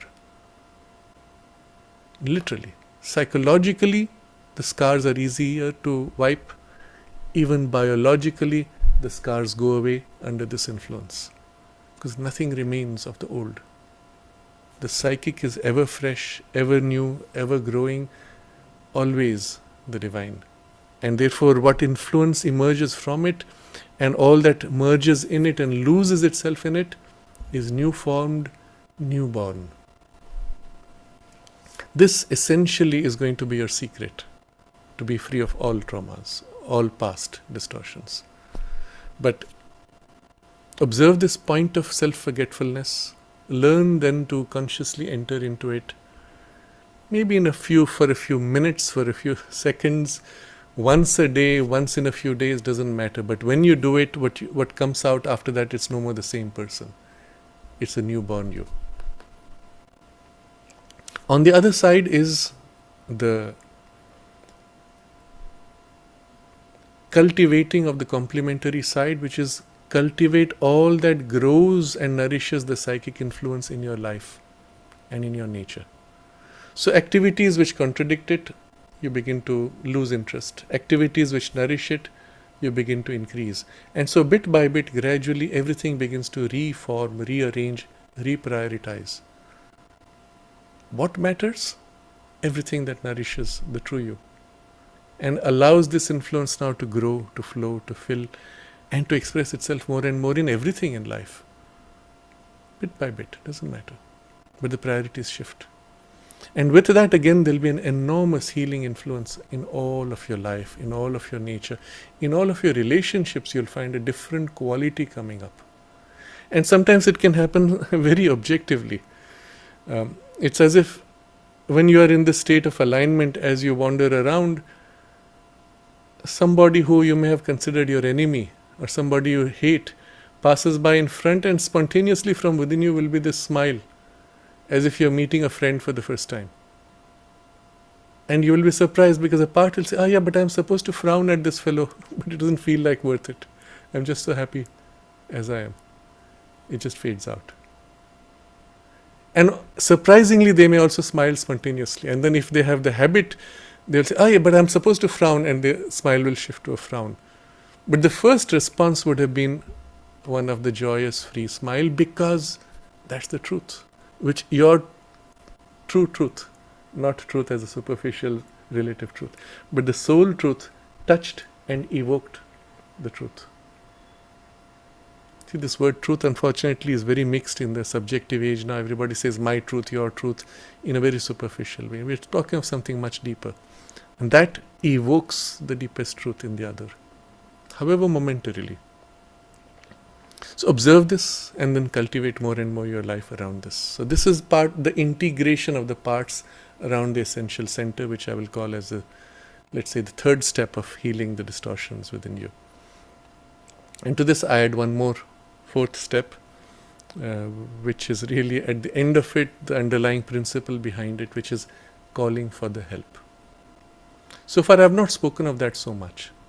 Somehow it is implicit in the very approach we are taking, but still now we make it explicit. The reason I've kept it for last is because all this initial is, so to say, building a base into which that can be effective. People make the mistake sometimes on saying, or rather taking the form of this calling for help as a first step, but without this requisite base, and the effect is not so much. So for example, you say, all right, I have this trauma, I have this pain, I am miserable, I call for help, I call for help, I call for help, more, nothing is happening, and so many years I've prayed and prayed and prayed, nothing is happening. You see where it's going wrong. It's just a further exaggeration of that whole emotional cycle of wallowing in the thing. And that's why it's so important to have laid that first base, which I've described as the building of the equality by blocking, withholding the trauma reaction, building a deep base of equality, and then consciously replacing the wrong movements with the right movement that comes from a deeper, truer layer within you, and then the integrating around this true center. Having done this, when you call for help, who's calling? A more true center. Again, it need not be your psychic being, but just a poise which is closer to it or which represents it more closely. That's enough. But the one who calls is true, and it's not calling and doing nothing here. And there's no receptive base, so no effect. Even when the help comes, it struggles against your resistance. But because you've gone through the first three steps, the receptive base is set, the alignment is there, and now you turn to call, and immediately there's a response and an effect in the response. So you call for help from the Divine Mother, to infuse you and heal you with her light, with her force, with her love, with her peace. And this turning to invoke, to ask, you feel the response, you receive the response. So I've described these stages earlier, so I summarize, I don't go too much in detail. You have to open yourself. Otherwise you don't receive the response. So the first movement is an opening in an aspiration, or you can say opening and then aspiring and calling, but it could be a single movement. Second is what descends, what comes, you receive, you soak in, you accept. And the acceptance is most complete when you turn in that state of acceptance to give yourself. Here, shape me, mold me, soak me, fill me, recast me. You give yourself in the receiving, and that's when the action is most effective. And then comes the stage where, having felt this, you lose yourself into her. Lose yourself into the presence that fills. You identify yourself and lose in the point where you forget yourself. There's only that. Again, you come out of that state, you are newborn, and there is a miraculous change. The experiences people have of a miraculous healing is done at this point. If you have reached this stage, you have the miraculous outcome. In the part which has had this losing of yourself in the immersion, in the identification. In the parts which are not, you'll still have a change, but not that miraculous result. So if in the physical consciousness, for example, you could experience that identity and losing yourself, when you come out from it physically, your tissue is as if newborn, and literally you can have at that point a complete dissolution even of cancerous nodes. It's just gone like that. We know of cases, they are called spontaneous regression. It's a label around which science hides its ignorance and says, we don't understand, spontaneous regression happened, signed off on the file, and that's it, you're out. You don't need to come to the hospital. What happened? Why did it happen? Not our concern. It's spontaneous regression. You see? Sometimes it's happened with dreams, sometimes it's happened from a spiritual experience. But essential to that is this. In the physical consciousness, the immersion and losing yourself.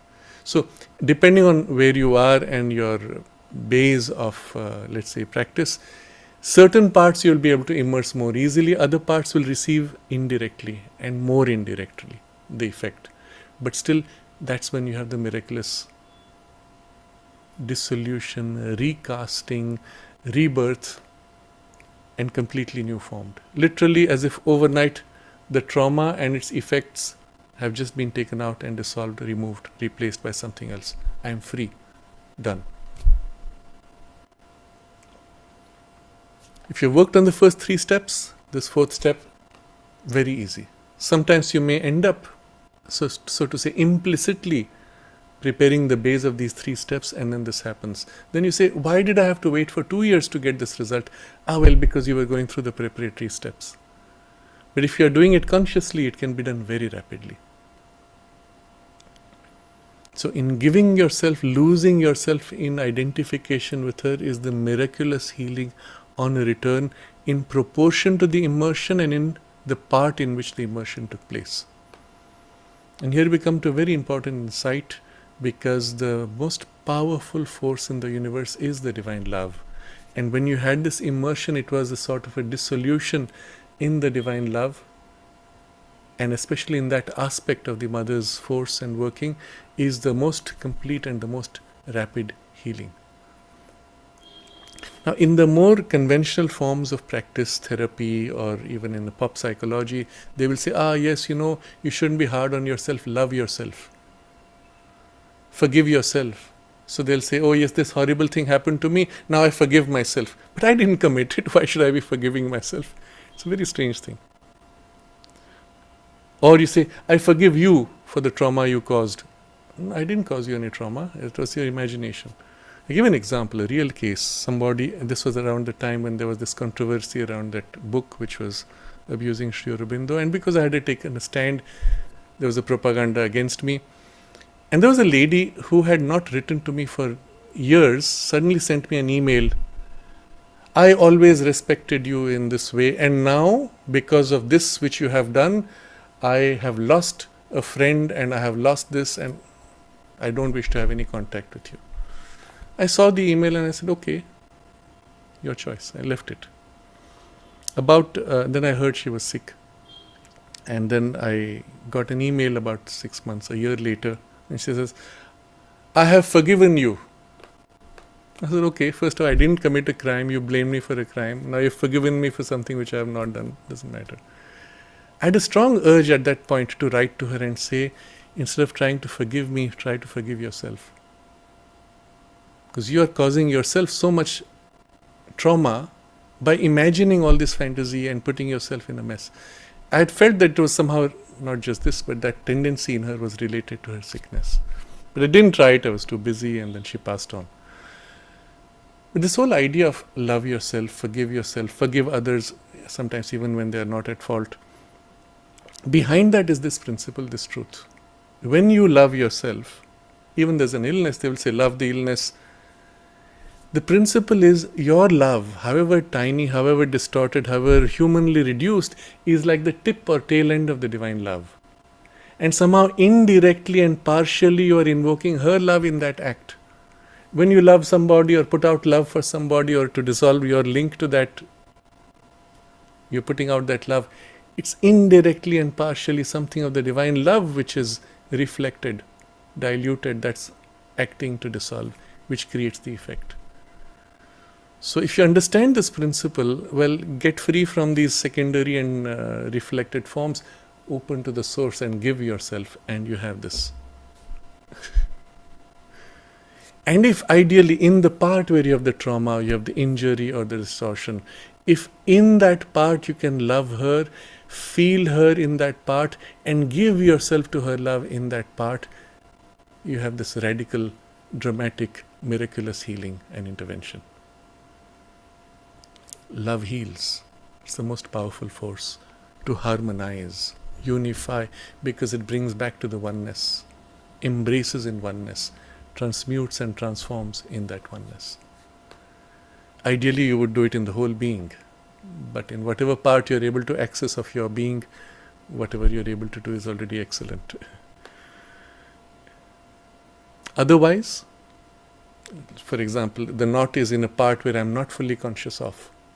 Maybe it's an illness in that part which I'm not fully conscious of. Another part which is more conscious opens to that and becomes an indirect link, like a passage or a link or a reflector to what is received, which then seeps and flows into this part which is more closed.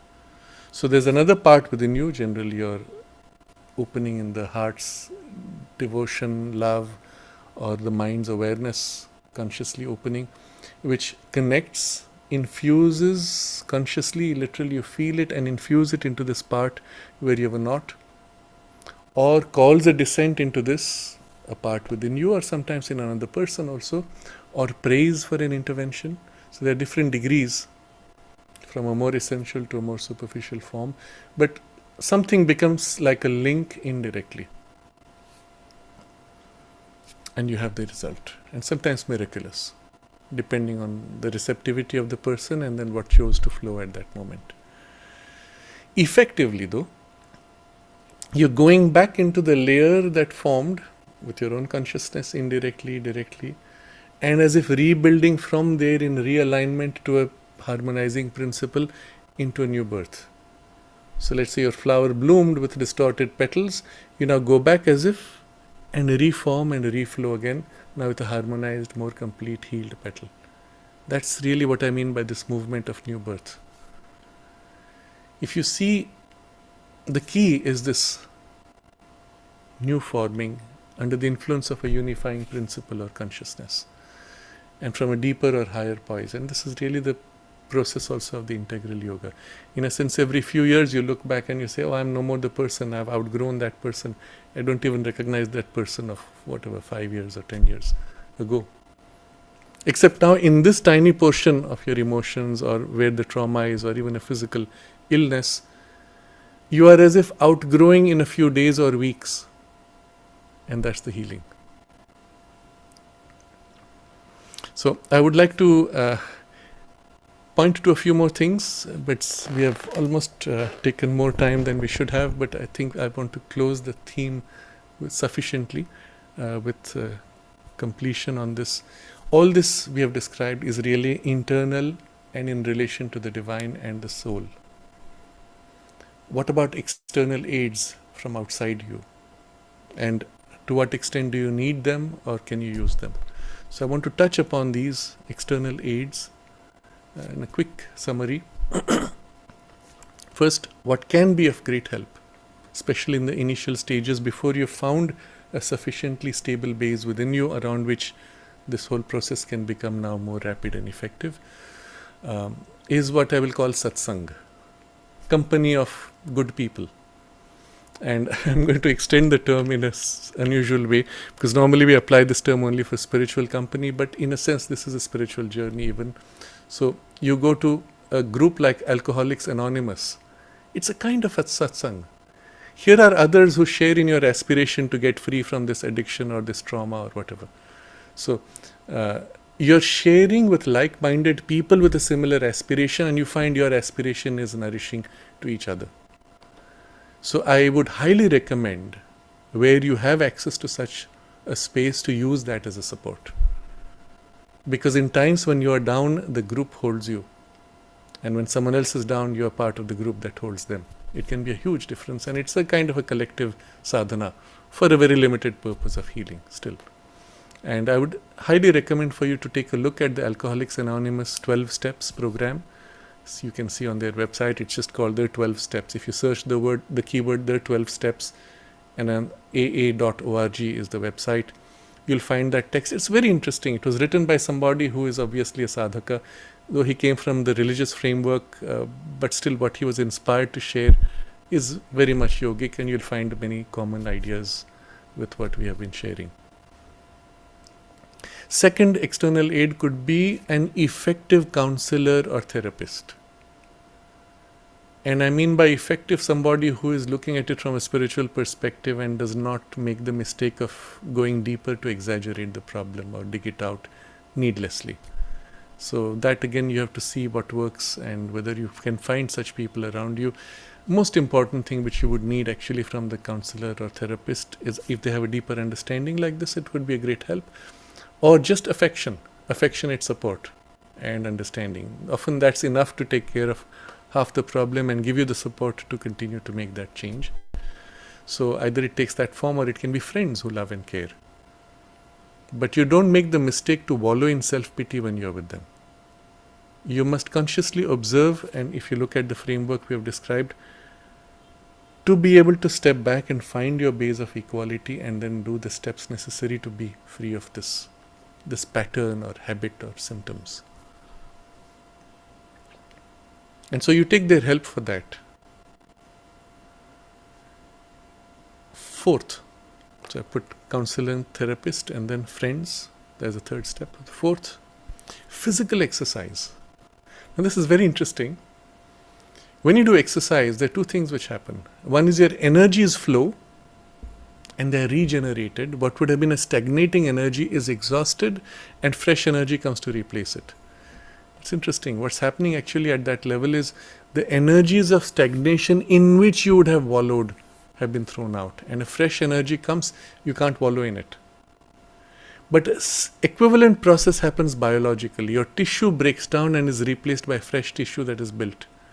So in a way, in that very process, the imprint of the sanskaras, the old habits and the tendencies which were imprinted in the biology, are as if thrown out. And you get a chance to recast on a biological level, a replacement, a new birth with new cells being built up. You catch the principle there. The new cells being built up ideally don't have the old tendencies, and you'll find rapidly as you do this, the tendency, the habit, the force of the past fades out very quickly. If you do it the right way. What would be the wrong way to do? I'm doing my exercise. I am going to get free of my problem. This anger has to go away. And as you're doing your exercise, you're brooding over the thing which you want to get free of. Then you're imprinting it into the new tissue. What you should be doing is the opposite. You concentrate either on the higher ideal or something beautiful or some creative tendency, something which is not that. Something which you want should grow. So you put yourself in that state of optimism, beauty, harmony, order, love, joy, peacefulness, or immersion in aspiration. But things which you want to build for the future, you have to be aligned to that, and then you do the exercise with that to infuse that quality into your tissue. And you'll be surprised at how rapidly and how effectively this happens.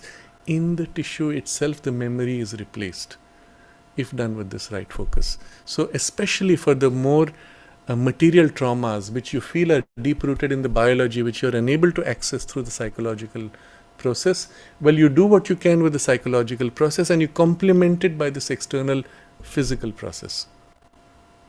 And if you have done this well enough, then it immediately acts through the body rapidly to dissolve from there the memory of the event as well as the habit of the reaction. So this would be the fourth.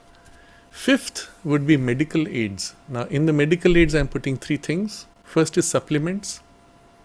Often in the biology, especially things which are deeply rooted in biology, you will find the tendency for the body to be insufficiently nourished tends to leave it weak and vulnerable. So your nourishment you correct by supplementations of various kinds, and just that lift of energies, you will find it lifts you free from that grade, semi-conscious, subconscious, in which much of the junk is stored as habit. Rising out of it, you'll find you can more easily change. Second, gut bacteria. Infuse into your gut fresh new variations of bacteria through yogurt, kimchi and other semi-fermented things which trigger bacterial growth and gut regeneration, microbiome regeneration. This process can take typically 6 months to a year to fully complete. You have to keep persisting. Now you'll be surprised, why is this fellow talking about gut bacteria? Very interesting thing. So first I give you the medical aspect of it. What they find is the kind of gut bacteria you have can actually affect your mental state and your emotions and your optimism and your depressive tendencies and even psychiatric symptoms, including even dissociative personality symptoms, that is, where you seem to have multiple personalities and so on. All kinds of psychiatric extreme cases, they've been able to link to certain kinds of gut bacteria, either lack of them or infection of certain kinds. So you correct for the bacterial microbiome and you find it affects everything, including your mind's working and emotional states. Now that's purely the biological evidence of medical science. But behind that is this psycho-spiritual truth of it. Actually, the bacteria, remember, if you like, you go back to 2 talks we had in the year 2000. I think it was uploaded in March about bacteria and viruses. The mother speaks of bacteria and particularly viruses as physical concretizations of vibrations which are vital physical. So if you think of gut bacteria as that, what you find actually is in your physical consciousness a certain densification of psychological energies or states of consciousness materialized, which is what you call the gut bacteria or virus. Naturally, it has an effect on your mind because it's embedded in the body of a grade of consciousness that is plugged in, and it naturally affects that grade of consciousness in your awareness. So correction of gut bacteria has that effect, but equally the change in mood tends to create the equivalent grade of bacteria within you. Now, where the mood state is rooted in the biology, replacing the gut microbiome tends to make that change also. It's a two-way connection. So just take in healthy food, good supplementation, and regenerate your gut microbiome, and you will find a lot of things begin to change. That's a medical support on a physical level, especially for things which are deep rooted in the biology. And to it I add as third option is what we would call as allopathic medication for psychiatric or other mood disorders and all that, which I do not recommend except as a last resort, or in extreme cases it is the first resort when you need to restrain an impulse. Somebody has got really way off, unable to control himself. Then you give that medication to help restrain the impulses so that now the real process of healing can begin. So these are extreme cases. I hope nobody who's watching this has to resort to that sort of thing, but we understand where these kinds of interventions could be helpful. Having said that, this was the fifth external aid. Sixth and seventh I will complete. The sixth is engage in all forms of creative self-expression. What that means, you'll have to find. It could be anything from singing, painting, music, dancing, learning to play some new games. Anything where you end up expressing yourself, ideally choosing a poise which is deeper and higher. Now, what happens here, where you have an old habit pattern, which is tied to that trauma, etc., you are now bringing in a new pattern from your deeper and higher ranges as a creative expression, which now begins to fill these parts equally, even as it fills other parts, and begins to replace them. So it's a kind of an indirect aid to what you were doing more directly by the psychological process that we have already discussed. You could supplement that with this. So as you do creative activities, you paint. You don't paint the mood that you have. Oh, I have this trauma, I was abused, so I'm going to paint all the dark images that come. No. You paint that which is your hope, that which is your dream, which is the life that you actually deserve, which represents your soul's aspiration. You paint that. So as you do that on a physical level, you are articulating and externalizing the soul qualities through a movement, through an activity, and it embeds into the physical consciousness and forms new habits, new grooves, which replace the old. Very effective. And it can be done in all kinds of self-expression or creative self-expression, including playing games, where you put forward something which is more representative of your nature, of your deeper truth. And finally, recast your whole life. Now I'm going to put this, it sounds a bit radical, literally change everything in your life. You see, the equivalent of going on a holiday, you leave behind your life as it is and go into a new environment, new people, new activity, new learning, and you are as if newborn. You come back and you slip into your old grooves and are bound in this. So in the extreme case, you say, okay, this is where it ends, I'm going to take a new birth.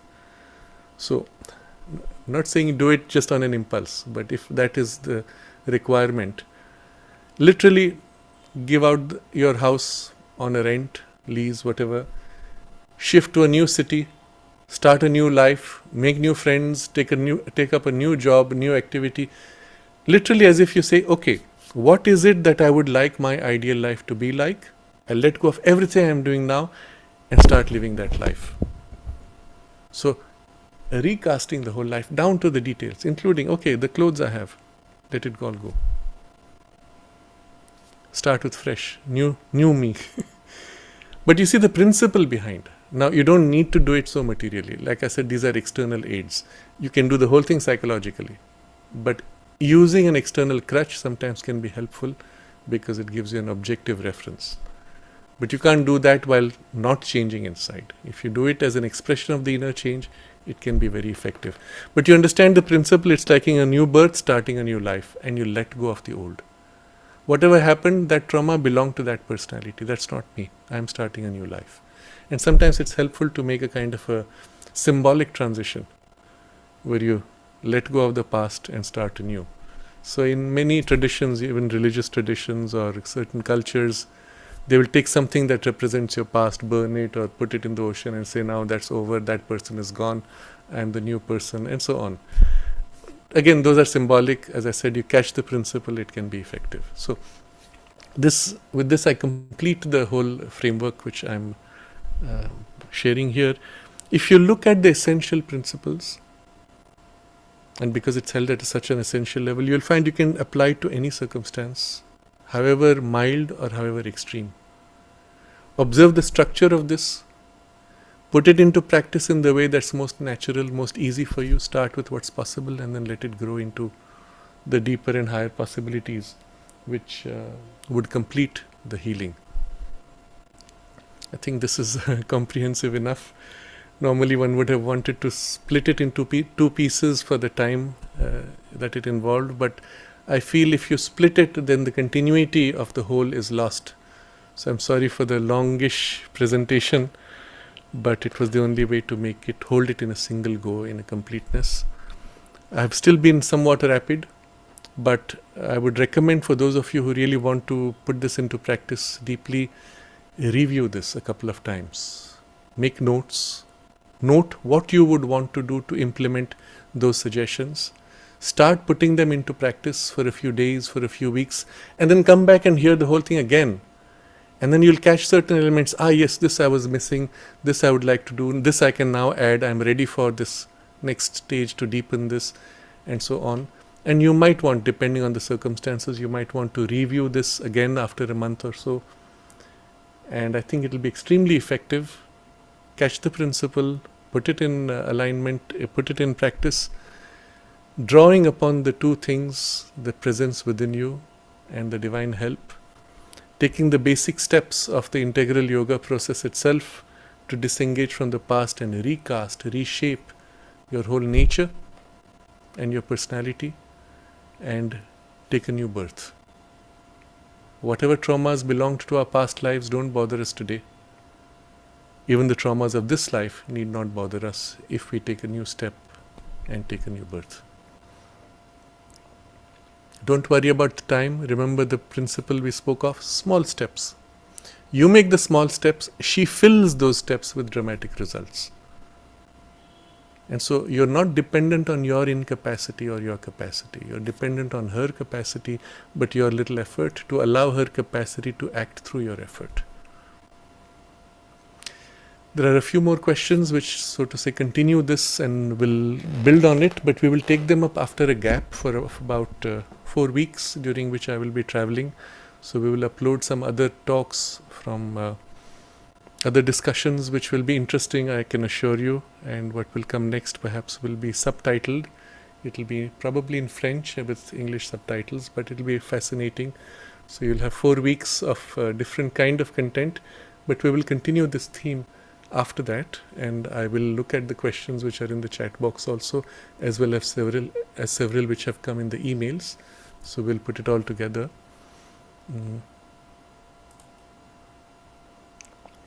Okay, and that's it for now. We can take a moment to concentrate on this. You look at how this structure is really aligned to the integral yoga, and this is what we have to do every day, ideally, to take a new birth and grow into more truly what is the soul's potential, the soul's consciousness, and the divine aspiration within us for the divine manifestation. And that's how we outgrow the trauma of the ignorance from which we emerge and heal ourselves into the divine harmony and the divine love.